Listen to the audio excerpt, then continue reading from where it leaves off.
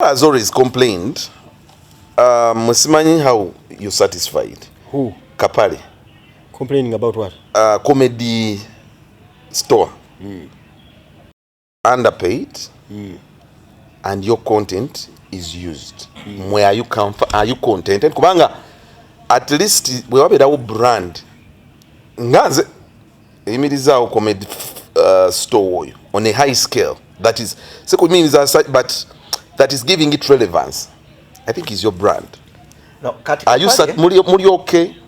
Kapale ali yaga tali satisfied simply because ye content oba yamukendera kondooza. Oba takyali nnyo creative nga bwe yali edda.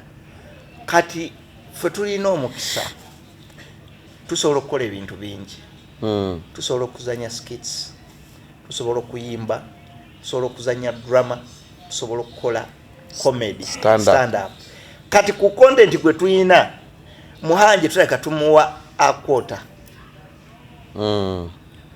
Stand up a quarter of the content we have mu bintu ebirala. Kati tetufaayo oba we are underpaid oba tukoze tutya, just tumuwa ka portion kati nnyo ku bintu bye tuyina. Kati oli ye amejalinze waliwo enjawulo. Waliwo ba comedians nga bo ba stand up comedians kyokka nga omutwala mu kirala takisobola. Kapale omutwala mu sketch comedy amutawanyamuko. Sketch comedy yaluwa bye bino ebyammwe ebya Fun Factory. Ngabola Fun Factory. Byokuzanya ku stage biki. Kali omutwala mu skits nazo zimutawanyamuko. Kati nga ye yamejalinga mu stand up gwasobola. Kati oyo olwokuba ekyo kyokka kyayina ekintu ekyo nakimuwa kati aba yagala singa muntu kuba na kaduuka ke nga wajja sente. Kiringa ko muntu kuba na mukazi omu. Nenga ye muhanja olulanga kyakuwa tekikumala kituufu. Nenga ye muhanja basasula bulungi. Is it satisfactory with your name? It is satisfactory. Kirungi. Zimala. Ngodamu toddamu. Zimala zezo. Rain. Oli contented? Atenze Rain nkola wesima. Era cyane tubare contented twatwandigambye tuli contented ne tubera contented. Muhanja has organized this thing so much nti oyinza okulowooza the genesis and the revelation of comedies at Comedy Store. Obontegera. Nti entandikwa n'enkomerero ya comedy eri awo. Agambe nti oyinza okulowooza. How does it do it? These are the factors Muhanji has. Muhanji knows business. Kiki nabadde gamba nti abaana bali basigale ku ssomero basome bafune ethics ezo. Niwe abagenda kukola business ya drama gwagenda ozanya oba gwagenda okukola ku TikTok ng'alina knowledge gy'akola ki gy'amuteekako.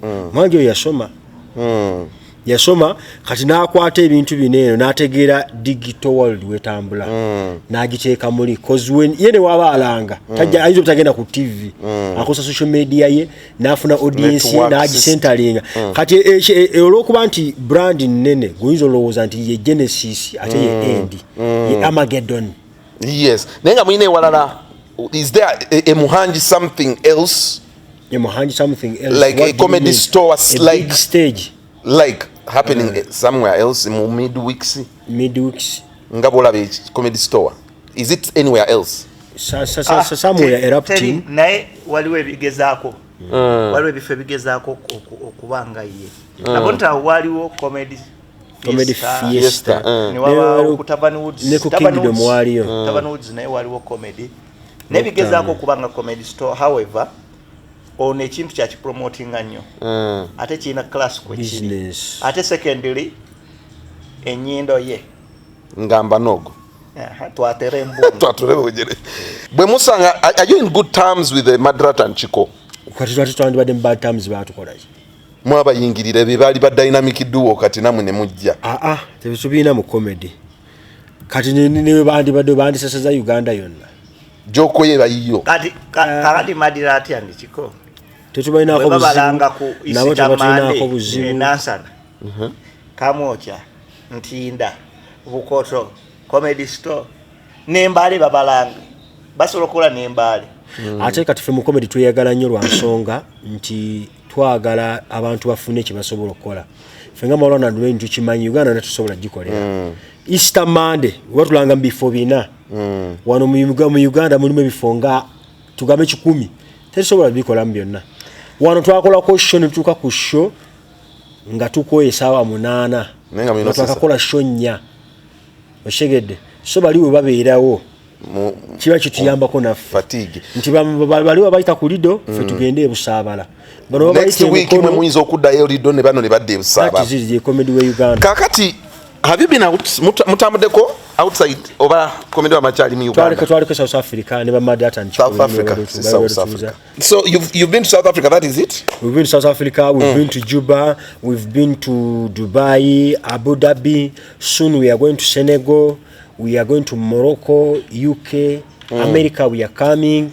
So not who is your competition contender?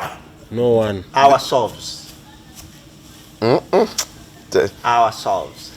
Mwino kwanga mwina ni mugamba Simububi in appreciation manner nongamba we do comedy I think this guy is good this is good this is kakati Uganda tewada sola kola nga Maulana Drain byabwe wendekala mbulire yo omuntu comedy Madrat and Chiko nga akola nga Maulana Drain is different kali kankubule ekintu kimu we mutandikanga mukwatanga music we Uganda mumugerageranye ngabe mwagala anti fik femaker ayimbanga aganaga gundi ayimbanga gundi webijjanga ku comedy buli omu mwawule mu category ye naye atwabeerawo wabeera omanyi because tetutagenda kujjawo nti waliwo a standard of life and that is money standard of life ye kuleetera okukola ennyo tisinga sikola nnyo ono gayi yandindyako akawogo kange singa sikola nnyo because in your business is about femu comedy talent ye kujjamu kati kankubulire first of all the moment wabera nti amount no one mu Uganda goeza comparing kwa amount